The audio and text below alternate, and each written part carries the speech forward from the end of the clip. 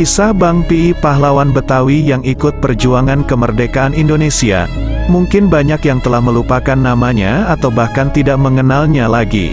Namun, salah satu tokoh penting dalam sejarah, Bang Imam Syafi'i, yang sebelumnya dikenal sebagai jagoan Pasar Senen, pasar tertua di Jakarta, memiliki kisah yang tidak boleh dilupakan. Dalam kompleks pasar tersebut, ia memegang kendali atas sekelompok jawara yang dikenal dengan istilah preman saat ini. Sebelum lanjut ke ceritanya, jangan lupa subscribe, like, dan share, serta jangan lupa nyalain loncengnya, agar tidak ketinggalan video-video terbaru dari Mas AM TV. Ketika Bung Karno dan Bung Hatta mengumumkan proklamasi kemerdekaan, Bang Pi mengumpulkan para jawara tersebut. Mereka bergabung dalam pasukan istimewa yang dipimpin olehnya sendiri, dengan tujuan mengamankan Bung Karno.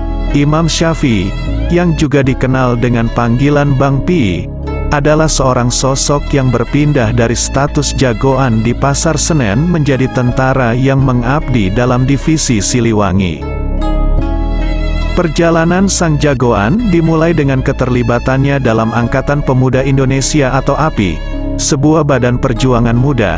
Namun, cerita masa lalu yang memicu pertemuan antara Pi dan para pemimpin API ini belum sepenuhnya terungkap. Pi, yang digambarkan dengan penampilan sarung, topi cepiau, dan pedang di tangannya, telah menyatu dengan perjuangan melawan penjajah Belanda di masa revolusi.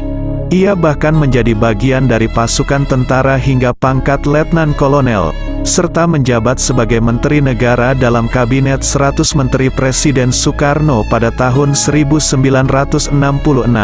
Kisah Pi juga terkait erat dengan dunia hitam Jakarta, terutama dalam wilayah Pasar Senen. Selama 2,5 tahun sewaktu Bang Syafi'i masih muda, ia berguru kepada Kiai Haji Hashim Ashari. Di sana juga dia bisa membaca dan menulis lantaran diajarkan menulis dan membaca huruf Latin. Selain ilmu agama, kakek mendiang Gus Dur itu juga menurunkan ilmu bela diri. Syafi'i diberi kesaktian berupa ilmu tapak Sri Gunting. Ilmu ini juga yang menjadi bekal Bang Pi melumpuhkan para bandit di sekitar Jakarta, termasuk ditakuti di Pasar Senen, Jakarta Pusat. Perkumpulan ini menjadi penjaga keamanan di wilayah Pasar Senen dan tumbuh menjadi kekuatan yang mengendalikan sejumlah kawasan di Jakarta.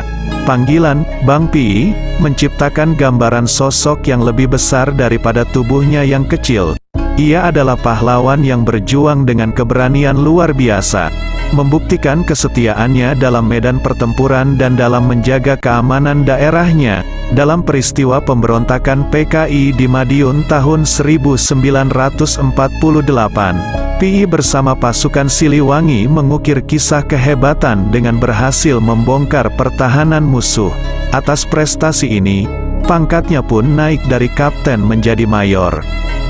Tak terbantahkan, keahliannya dalam urusan keamanan membawanya meraih jabatan Menteri Negara Keamanan Rakyat pada masa akhir kekuasaan Presiden Soekarno. Kesaktian, kesetiaan dan dedikasinya terhadap keamanan seakan telah menjadi bagian integral dari hidup sang jagoan Senen, Bang Pi.